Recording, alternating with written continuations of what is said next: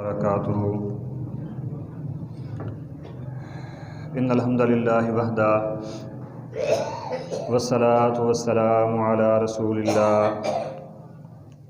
اما بعد فاعوذ باللہ من الشیطان الرجیم بسم اللہ الرحمن الرحیم ان الذین یؤذون اللہ ورسولہ لعنہم اللہ فی الدنیا والآخرہ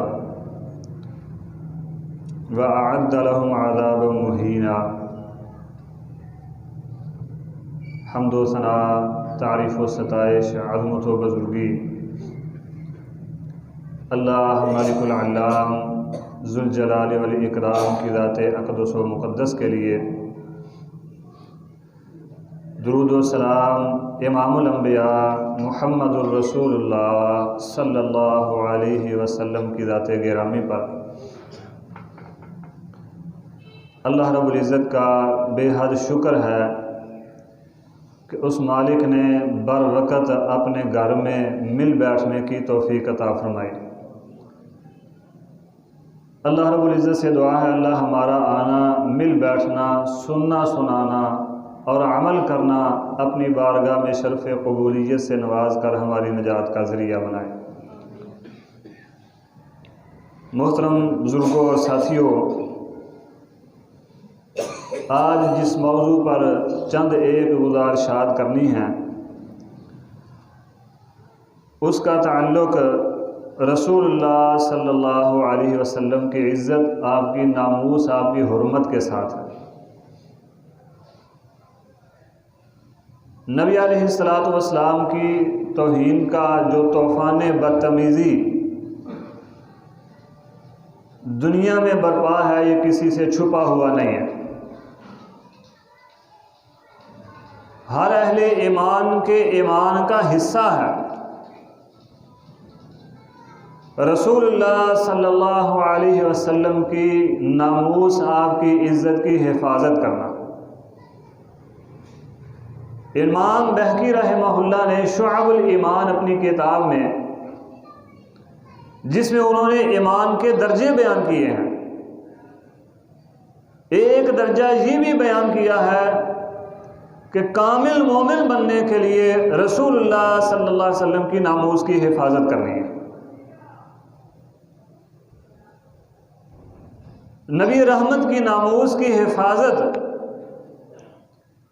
ہم صرف اس میں حصہ ہی ڈال سکتے ہیں،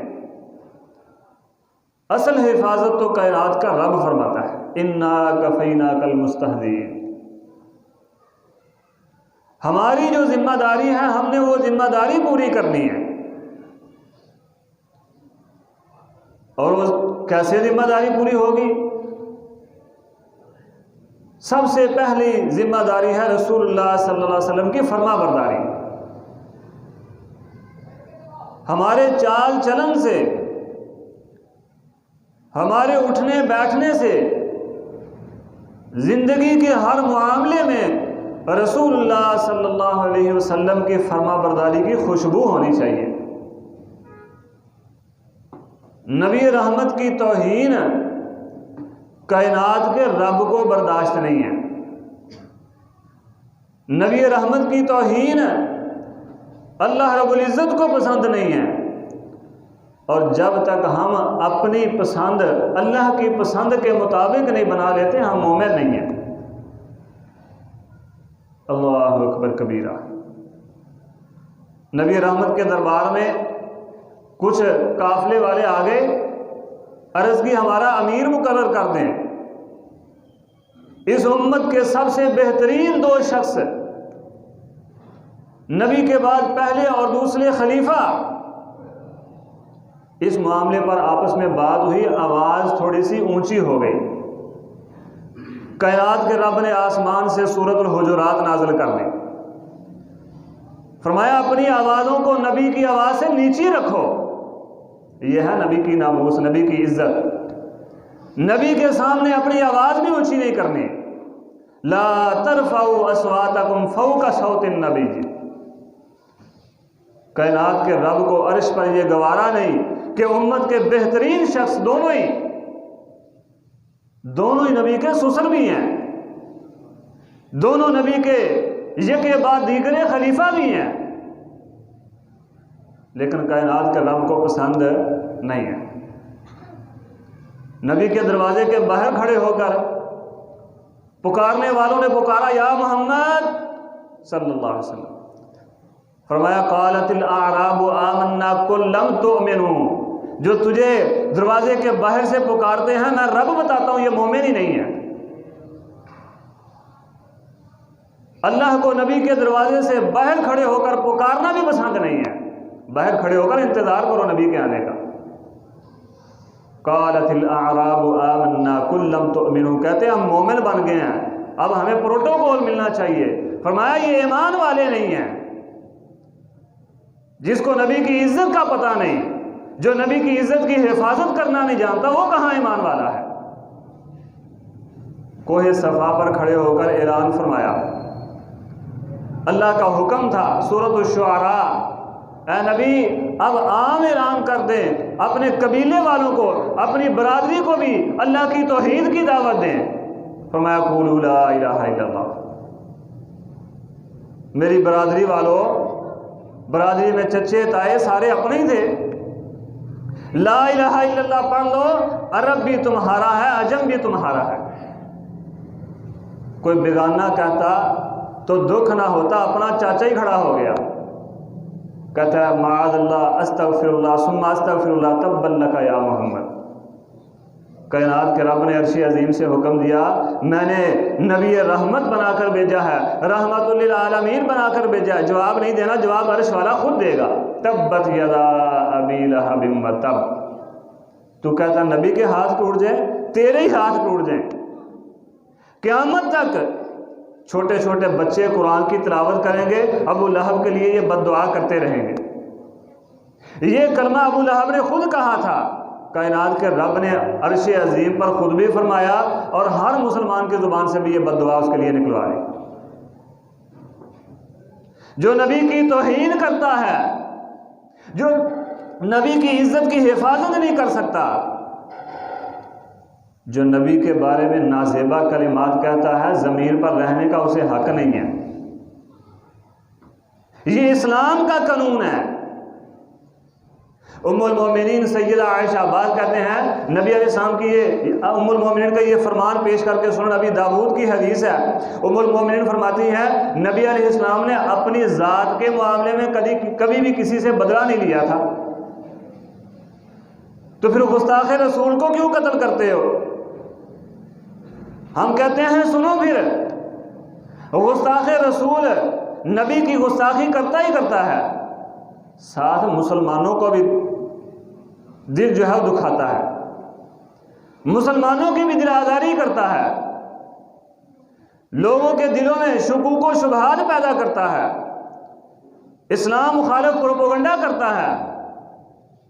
جو اللہ اور اس کے رسول کا دشمن ہے اسے دنیا میں رہنے کا حق نہیں ہے۔ چھوٹے چھوٹے بچے، کسی کو بتانے کی ضرورت ہی نہیں، میدان جہاد میں صحابی کھڑے ہیں، ایک بچہ دائیں ایک بائیں کھڑا ہو گیا، کہتے ہیں میں نے دل میں سوچا یار میرے دائیں بائیں کو بہادر ہوتے، میں بھی آج اپنی تلوار کا جوہر دکھاتا، یہ بچے میرے ساتھ کیا کریں گے؟ ایک بچے نے کہا چچا جان مجھے بتاؤ تو صحیح ابو لہب کدھر ہے، ابو جہل کدھر ہے؟ ابھی یہ بات کر رہا تھا دوسرے نے بھی پوچھ لیا چچا بتاؤ ذرا ابو جہل کدھر ہے؟ میں نے کہا بیٹا بتاؤ تم کیا کرو گے؟ وہ چھوٹے چھوٹے بچے جن کی عمر ابھی کھیلنے کی تھی کہتے ہیں ہمیں پتہ چلا ہمارے نبی کو گالیاں دیتا ہے۔ اللہ اکبر۔ آج اس امت کے نوجوانوں تم بھی سنو، بزرگوں تم بھی سنو، بچوں بھی سنو، یہ امت محمد صلی اللہ علیہ وسلم کے یہ بھی دو بچے ہیں۔ اللہ رب العزت نے کیا فرمایا فَإِنْ آمَنُوا بِمِثْلِ مَا آمَنْتُمْ بِهِ، ان جیسا ایمان لے کر آؤ۔ نبی کی توہین ہمارے سامنے کرتا ہے کوئی، ہم اسے جواب ہی نہیں دیتے، وجہ یہ ہے ہم نبی کی توہین خود کر رہے ہیں۔ فرماتے ہیں میں نے ابھی اشارہ کیا، بڑی تیزی کے ساتھ گئے، دونوں جا کے ابو جہل کو قتل کر کے واپس آ گئے۔ یہ ان دو بچوں کا فیصلہ ہے جو نبی کی گستاخی کرتا ہے اسے دنیا میں رہنے کا حق نہیں ہے۔ سنن نسائی، سنن ابی داؤد میں حدیث موجود ہے، نبینا صحابی ایک ہی لونڈی ہے اس کے پاس جو اس کی خادمہ بھی ہے، بڑی خوبصورت بھی ہے، اس لونڈی سے بڑے پھول جیسے 2 بچے بھی ہیں اس صحابی کے۔ نبی کو گالیاں دیا کرتی تھی، نہیں سوچا میری خدمت کون کرے گا، میں نبی نہ ہوں، مجھے سنبھالے گا کون؟ نبی کی گستاخی کی وجہ سے ایک لمحہ کی دیری کیے بغیر اسے قتل کر دیا۔ یہ بات پہنچ گئی سیدنا عمر بن خطاب رضی اللہ عنہ کے پاس۔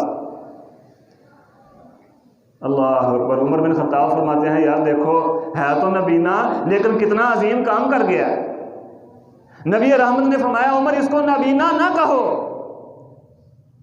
اس کی ایمان کی بینائی ابھی تک پوری کی پوری کامل موجود ہے، اسے نبینا نہ کہو، اسے بینا بصیرت والا کہو۔ اللہ اکبر کبیرہ۔ یہ ہے اس کا انجام جو نبی رحمت کی گستاخی کرتا ہے۔ مورخین نے لکھا ہے ایک شہزادہ، مسلمان شہزادہ تھا، عیسائی بن گیا، عیسائیوں نے بڑا استقبال کیا، اس کے استقبال میں ایک پروگرام منعقد کیا، دنیا کے بڑے بڑے عیسائی پادری اس پروگرام میں گئے۔ نبی کی گستاخی کرنے والے کی سزا دیکھو۔ مسلمانوں تم نبی کے گستاخ کو سزا نہیں دو گے، اپنا حق ادا نہیں کرو گے تو سزا تو عرش والا خود بھی دے لے گا، لیکن تمہارا ہونے کا کیا فائدہ پھر؟ ایک پادری اس مجلس میں کھڑا ہو کے تقریر کر رہا ہے، نبی کی گستاخی شروع کی، ایک شکاری کتے نے اس پر بھونکنا شروع کر دیا۔ جب وہ گستاخی سے بار بار باز نہ آیا تو کتے نے اس پر حملہ کیا، لیکن ساتھیوں نے چھڑا کے پیچھے کر دیا، کتے کو سنگل کے ساتھ باندھ دیا۔ کہنے والوں نے کہا تو نے محمد الرسول اللہ کی گستاخی کی ہے صلی اللہ علیہ وسلم، اس لیے تیرے اوپر کتے نے حملہ کیا۔ کہتا نہیں، میں اشارے کر رہا تھا، کتا غیرت مند تھا، اس نے سمجھا شاید مجھے اشارے کر رہا ہے اس لیے حملہ کیا، تھا واقعی کتا غیرت مند ہے لیکن تو اس کی غیرت کو سمجھ نہیں سکا، اس نے دوبارہ گستاخی کی۔ کائنات کے رب کی رحمت سے کتے نے سنگل توڑا، سیدھا آ کے گلے سے پکڑ لیا، وہی اسے ڈیر کر دیا۔ یہ فیصلہ ہے ایک جانور کا کہ نبی کے گستاخ کو زمین میں رہنے کا حق حاصل نہیں ہے۔ نبی کی گستاخی کرتا ہے، نبی رحمت کا دل بہت دکھا، کہا اللہ اس پر جنگل کے کتوں میں سے ایک کتا مسلط کر دے، اس کی حفاظت کرو۔ نبی رحمت محمد کی زبان سے، صلی اللہ علیہ وسلم کی زبان سے اس کے لیے بد دعا نکل گئی ہے، اسے بچاؤ جیسے بھی بچا سکتے ہو۔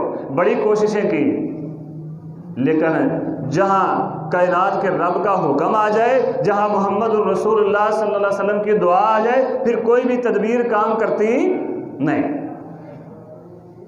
اللہ نے پھر جنگل کا کتا مسلط کر دیا اس پر، سب کو چھوڑ کر اسے ہی قتل کیا ہے۔ یہ فیصلہ ہے جنگل کے اس کتے کا، یعنی شیر کا، کہ نبی کے گستاخ کو دنیا میں رہنے کا حق حاصل نہیں ہے۔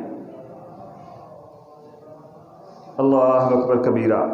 اللہ کے پاک پیغمبر محمد الرسول اللہ صلی اللہ علیہ وسلم کا ایک اور گستاخ ابن خطل، یہ شاعر تھا، شعروں میں نبی کی گستاخی کیا کرتا تھا۔ اس کی 2 لونڈیاں وہ اشعار اسے گا کر سناتی تھی۔ امام الانبیاء محمد الرسول اللہ صلی اللہ علیہ وسلم نے حکم دیا اگر بیت اللہ کے غلاف کے ساتھ چمٹا بھی نظر آ جائے وہاں پر بھی اسے قتل کر دو۔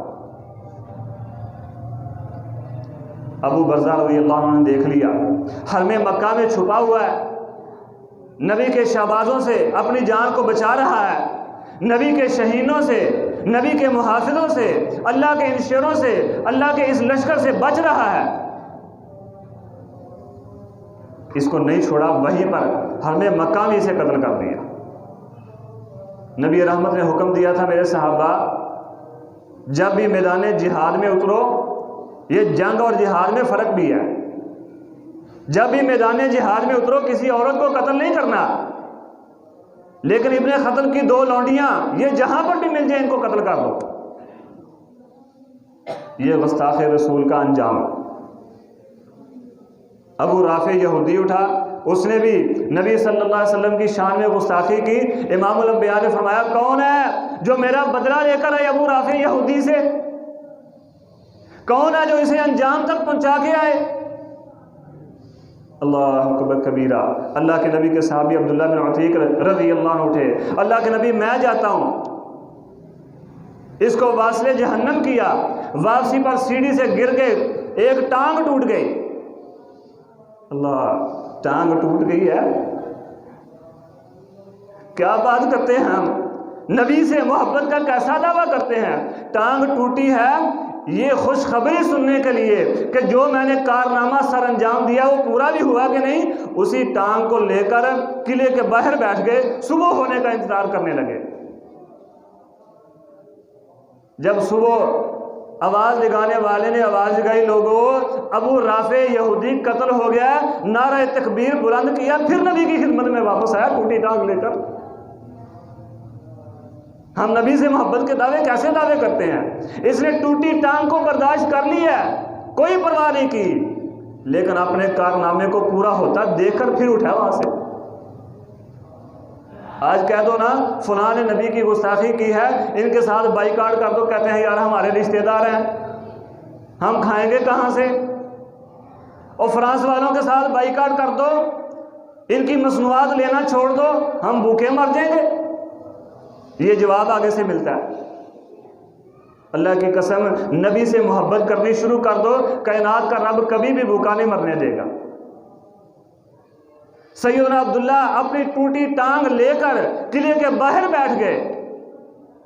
جب صبح آواز لگانے والے نے کہا لوگوں ابو رافع قتل کر دیا گیا ہے، تب تکبیر بلند کر کے کائنات کے رب کی کبریائی بلند کر کے پھر وہاں سے اٹھے اور نبی رحمت کے پاس آئے۔ عرض کی اللہ کے نبی میں ابو رافع کو قتل کرایا ہوں، لیکن آتے آتے میری ٹانگ ٹوٹ گئی۔ نبی صلی اللہ علیہ وسلم نے نبوت والا ہاتھ پھیرا، فرماتے ہیں آج تک میری ٹانگ دوبارہ درد نہیں ہوئی۔ یہ نبی سے محبت کا انعام ہے، اور یہ صرف دنیا میں ہے۔ کائنات کے رب نے جو آگے جنت میں رکھا وہ تو اس سے کہیں بڑا ہے۔ بے شمار اسی طرح قتل کر دیے گئے۔ ایک یہودی مسلمان ہوا، انجام دیکھو ذرا۔ اگر کوئی مسلمان نبی کی گستاخی کرے وہ بھی اس انجام کو پہنچ سکتا ہے۔ مت سمجھنا ہم کلمہ پڑھتے ہیں جو مرضی کرتے رہیں۔ نبی صلی اللہ علیہ وسلم کی وحی لکھا کرتا تھا، سورۃ آل عمران پڑھی، مرتد ہو گیا، چلا گیا، شام جا کے چھپ گیا، ملک شام میں جا کر چھپ گیا، اور وہاں جا کے لوگوں کو کہنے لگا ما یدری محمد الا ما کتب لہ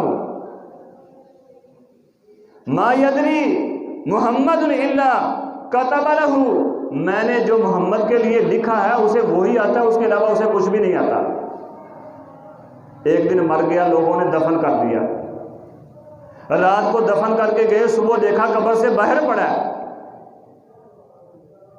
اگلے دن پھر دفن کیا، گہرا گڑھا کھود کے، جب رات گزری صبح دیکھا، پھر دوسرے دن پھر قبر سے باہر ہے، تیسرے دن پھر دیکھا، پھر قبر سے باہر پڑا ہے۔ لوگوں نے کہا یار یہ کسی انسان کا کام نہیں ہے، یہ اس کے جو الفاظ تھے جو محمد کے بارے میں صلی اللہ علیہ وسلم کے بارے میں یہ کہتا نہیں، اس کا انجام ہے۔ اور نبی کے گستاخ کو تو زمین بھی قبول نہیں کرتی۔ فرعون کو دیکھ لو، اللہ کا گستاخ بھی تھا، نبی کا بھی گستاخ تھا۔ آج تک فَاعْتَبِرُوا يَا أُولِي الْأَبْصَارِ، اللہ رب العزت نے عبرت کا نشان بنا دیا۔ کبھی اپنے گریبانوں میں جھانک کر دیکھا کرو، کہیں ہم تو نہیں نبی کی گستاخی کر رہے۔ جب ہم کہتے ہیں اہل اسلام ان یورپ والوں سے کہ اس نبی کے گستاخ کو ہمارے حوالے کرو، ہم انجام تک پہنچائیں، کہتے ہیں ہمارے ہاں آزادی رائے کا قانون ہے، ہر کسی کو آزادی ہے کہ وہ اپنی رائے جس طرح چاہے پیش کر لے۔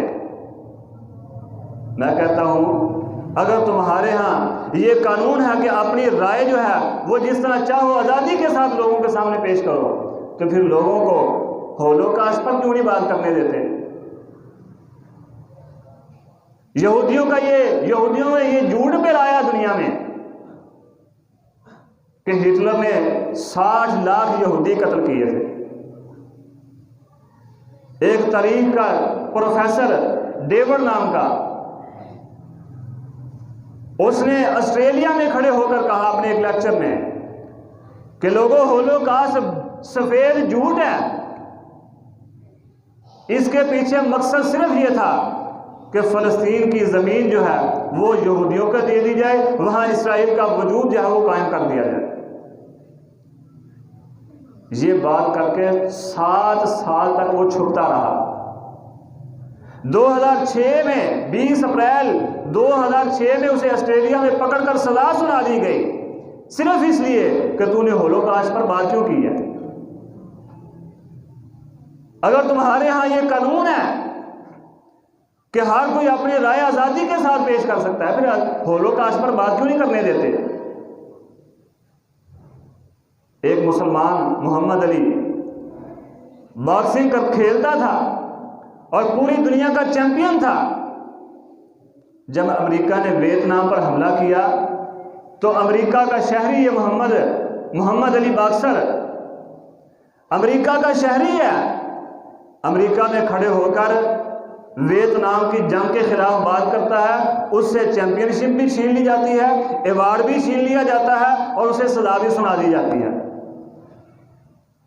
اگر یہ تمہارا قانون ہے پھر محمد علی کو کیوں سزا سنائی گئی؟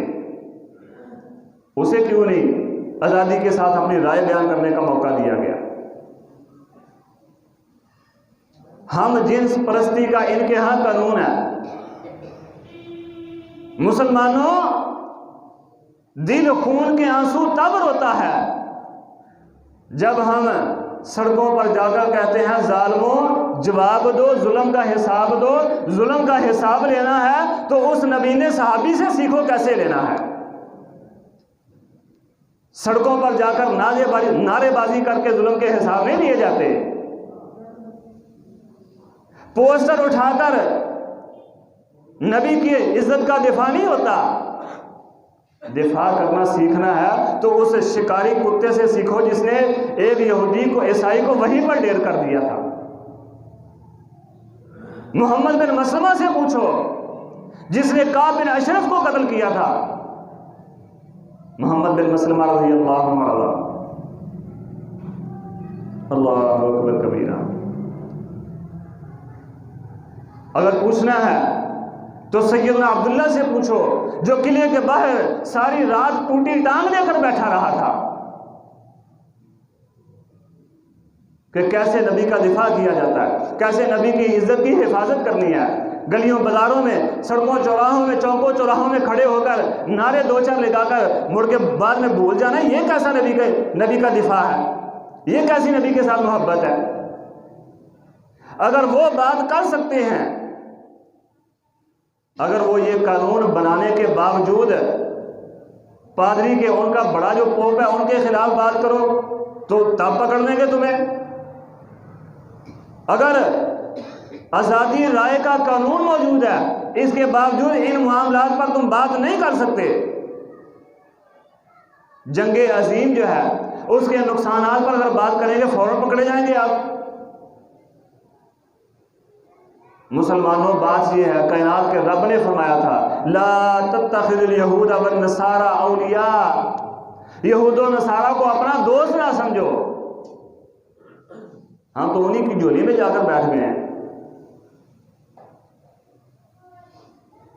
جب ہم ان کی جولی میں بیٹھے ہیں جو چاہیں وہ کریں، انہیں پتا ہے کہ ہم انہیں کھلاتے پلاتے ہیں، ہم نے سمجھ لیا ہمارے خدا یہ جو کافر ہے یہ ہیں، جب تک ان سے ہم چندہ نہیں مانگیں گے تب تک ہم اپنے ملک نہیں چلا سکیں گے۔ جب وہ چندہ دیں گے پھر مرضیاں بھی اپنی کریں گے، جب وہ تمہیں قرضے دیں گے مرضیاں بھی اپنی کریں گے۔ اپنے قدموں پر کھڑا ہونا سیکھو۔ محمد الرسول اللہ صلی اللہ علیہ وسلم نے جب نبوت کا اعلان کیا، نبی نے سیاست بھی کر کے دکھائی ہے، مدینے میں آ کر اپنے حکومت قائم کیا۔ جاؤ ذرا دیکھو، کبھی نبی نے کسی سے یوں فنڈ مانگا جی ہم نے اپنی ریاست چلانی ہے، ہمیں اپنی ریاست چلانے کے لیے، معاملات کو پورا کرنے کے لیے تھوڑا سا چند قرضہ دے دو، بعد میں ہم واپس کر دیں گے۔ اللہ اکبر کبیرہ۔ اگر ان کے ہاں آزادی رائے کا قانون موجود ہے، پھر ہمارے ہاں بھی ہمارا اسلام ہمیں حکم دیتا ہے کہ گستاخ رسول واجب القتل ہے۔ یہ قانون صرف تمہیں دکھانے کے لیے ہیں، اپنے عمل ان کے کچھ اور ہیں۔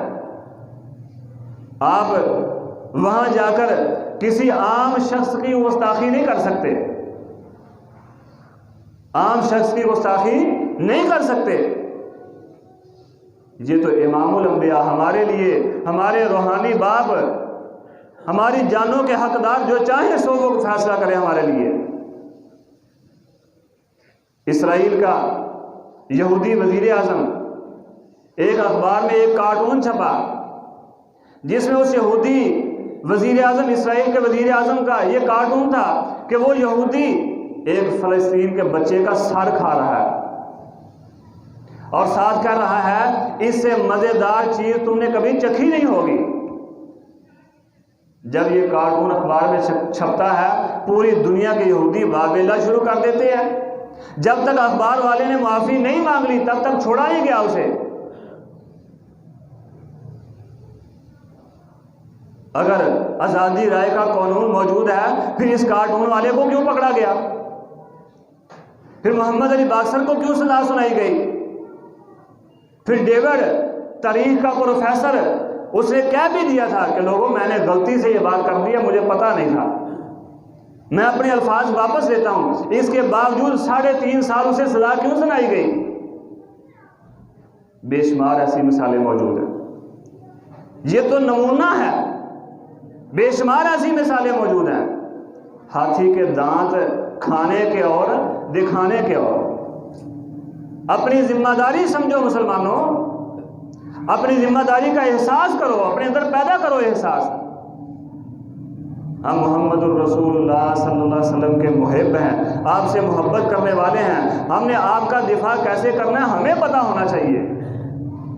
دنیا کو کہتے ہیں، دنیا کے سامنے جو اس وقت امن کے ٹھیکیدار ہیں ان کو کہتے ہیں قانون بناؤ تاکہ مذہبی شخصیات کی توہین نہ کی جائے، اور قانون بنانے والے بھی وہی ہیں، گستاخیاں کرنے والے بھی وہی ہیں۔ دشمن کو کہتے ہو ہمارے نبی کا دفاع کرو، ہمارے نبی کی گستاخی ہوتی ہے اس کے لیے قانون بناؤ تاکہ کوئی گستاخی نہ کر سکے۔ گستاخی کرنے والے کو کہتے ہیں قانون بناؤ کوئی ہمارے نبی کی گستاخی نہ کر سکے۔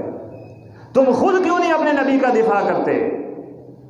اپنے اندر اتنی غیرت پیدا کرو، اپنے ایمان کو جھنجھوڑو کہ محمد الرسول اللہ صلی اللہ علیہ وسلم کا ہم نے دفاع کرنا ہے۔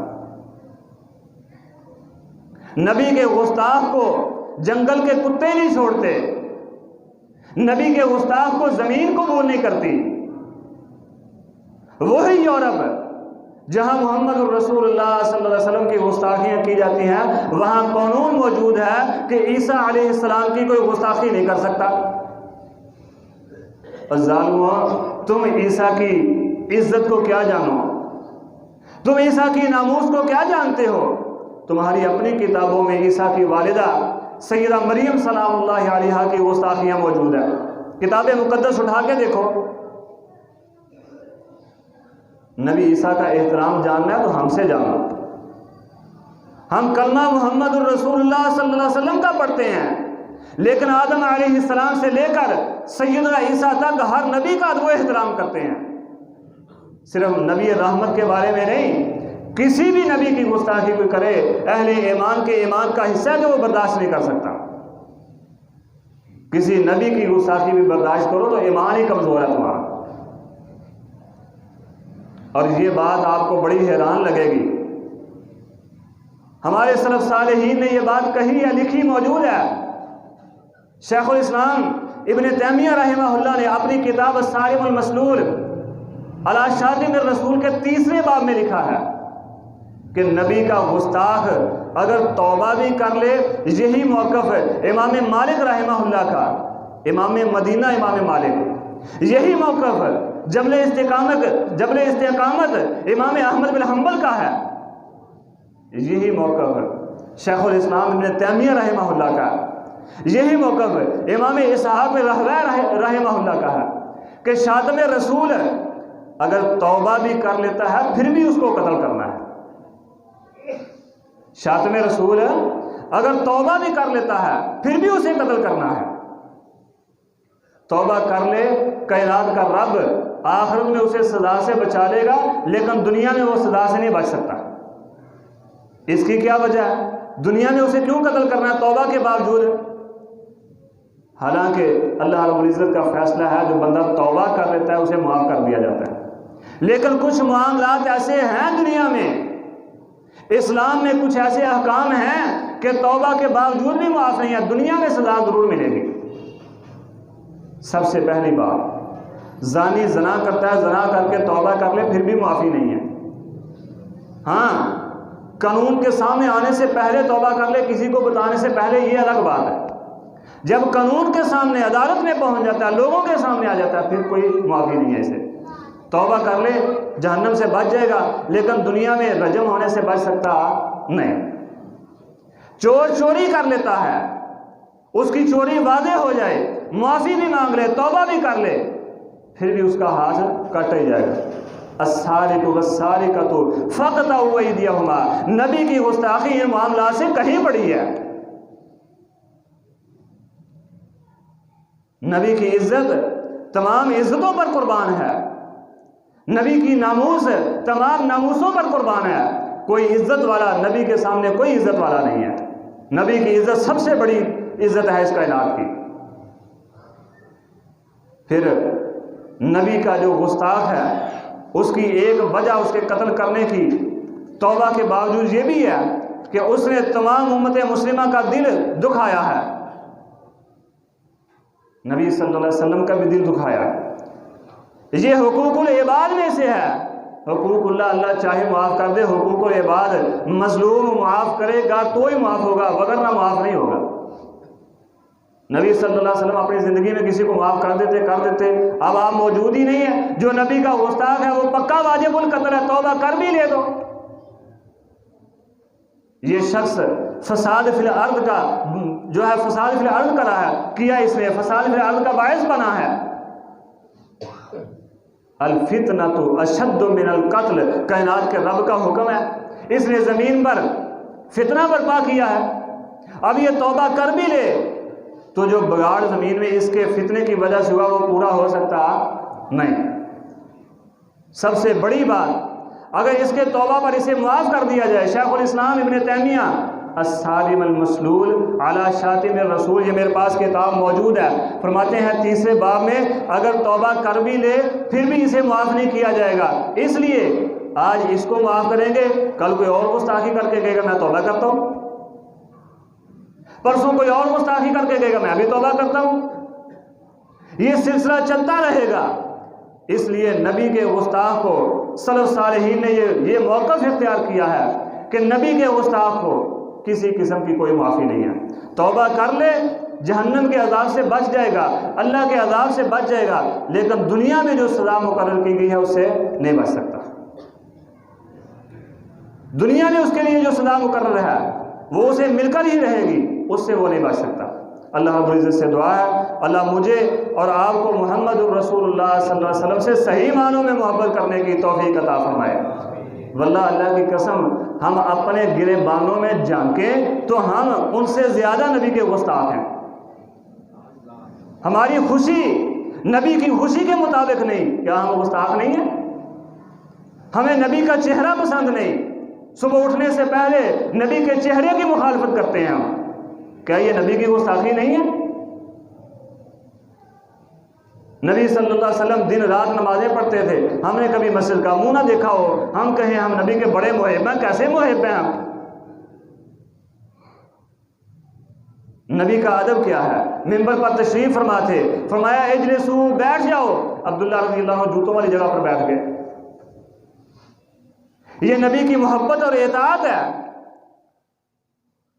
اگر ہم نبی سے محبت کرتے ہیں، یہ عام سی بات، فطری بات ہے، جس سے کوئی محبت کرتا ہے اس کے ہر طریقے کو اپناتا ہے، اس کی ہر ادا کو اپنی ادا بنا لیتا ہے، اس کی پسند کو اپنی پسند بنا لیتا ہے۔ ہم نبی سے محبت کا دعویٰ تو کریں، ہماری غمی خوشی ہمارے مطابق، ہمارے دنیا کے معاملات ہمارے مطابق، ہم یہ کہہ دیں ساتھ دین اتنا بھی مشکل نہیں جتنا مولویوں نے بنا لیا، واللہ اتنا بھی آسان نہیں جتنا ہم نے سمجھ لیا۔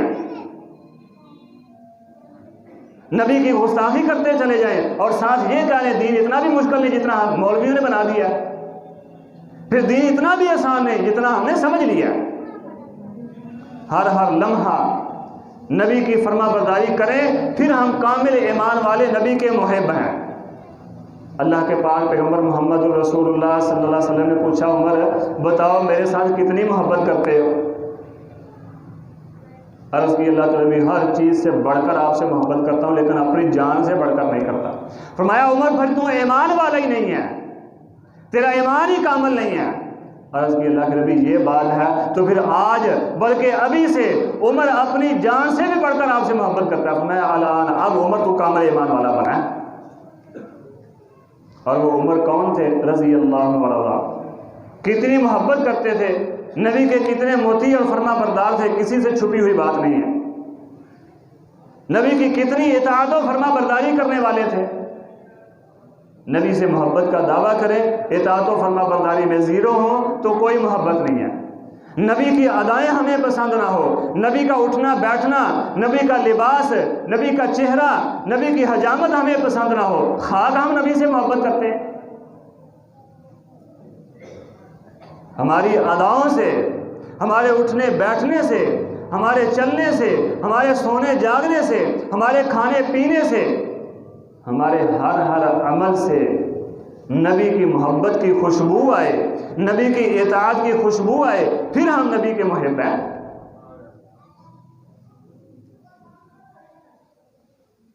ایک وقت تھا کہ لوگ مسلمانوں کو دیکھ کر مسلمان ہو جایا کرتے تھے۔ اقبال نے کیا خوب کہا تھا، یہ مسلمان ہیں جنہیں دیکھ کے شرمائے یہود۔ آج ہماری حالت یہ ہو گئی ہے۔ اللہ رب العزت سے دعا اللہ مجھے اور آپ کو عمل کی توفیق عطا فرمائے۔ اقول قولی ھذا واستغفر اللہ لی ولکم ولسائر المسلمین واستغفروہ انہ ھو الغفور الرحیم۔